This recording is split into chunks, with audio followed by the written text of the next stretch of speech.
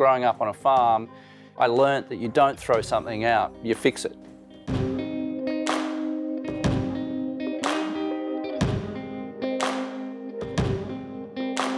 I'm Nick Cummins from Electrogusto.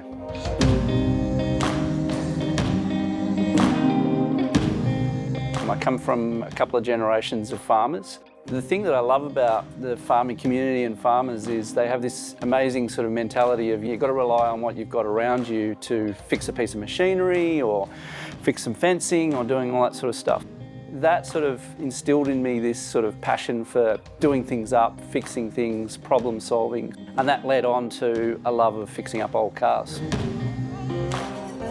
I saw how hard farming was, so I ended up doing a pivot, I suppose, from my grandfather and my father, and worked in advertising for 30 years. When I left that last career, my wife said to me, why don't you do something that you love?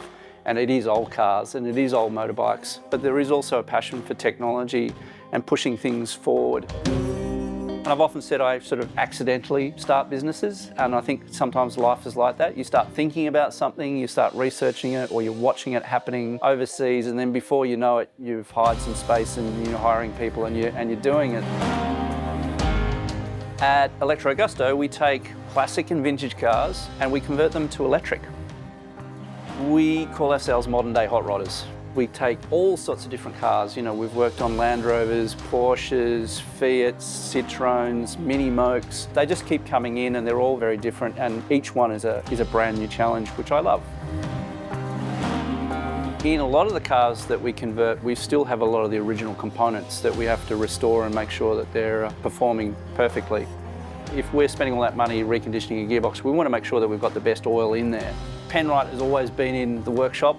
When I was back on the farm, you know, we use it here because we know it's a really great quality product, but I've grown up with it and I love the fact that it's an Australian family brand.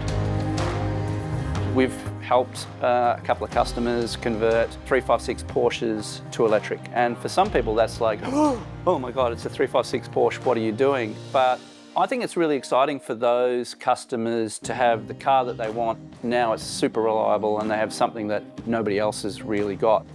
They're so fast, there's instant torque, they're silent, and I think for car people, that's a real buzz. We've often seen people that are like, nah, we put them in the car and they step out and they're like, oh my God, that's awesome. Craft is about attention to detail and doing something really, really well. In the old world, it was sort of really sitting down from an artisan point of view and making something. Now we've got all these incredible new technologies, but there's still the same essence of taking the time to do a job properly and making bespoke parts that'll future-proof this car for decades of driving pleasure ahead of us. Carl, one of our clients, has got a Subaru Sherpa. It's super cool. Carl was a Black Hawk helicopter pilot, flying these incredibly huge machines, and now we're doing this, electrifying this tiny little 1980s two-door hatchback. It's going to be an amazing little car, but something that's not really expected, and it's very, very personal. Oh, Dad would love seeing this back on the road. He was an officer in the days when driving something like this would get you a bit of a disapproving stare from the general, and not a very officer-like car. Right. And yeah, he'd be just thrilled to see that it's still going after all this time, and yeah, seeing it looking so good again now. Oh, it's been a while.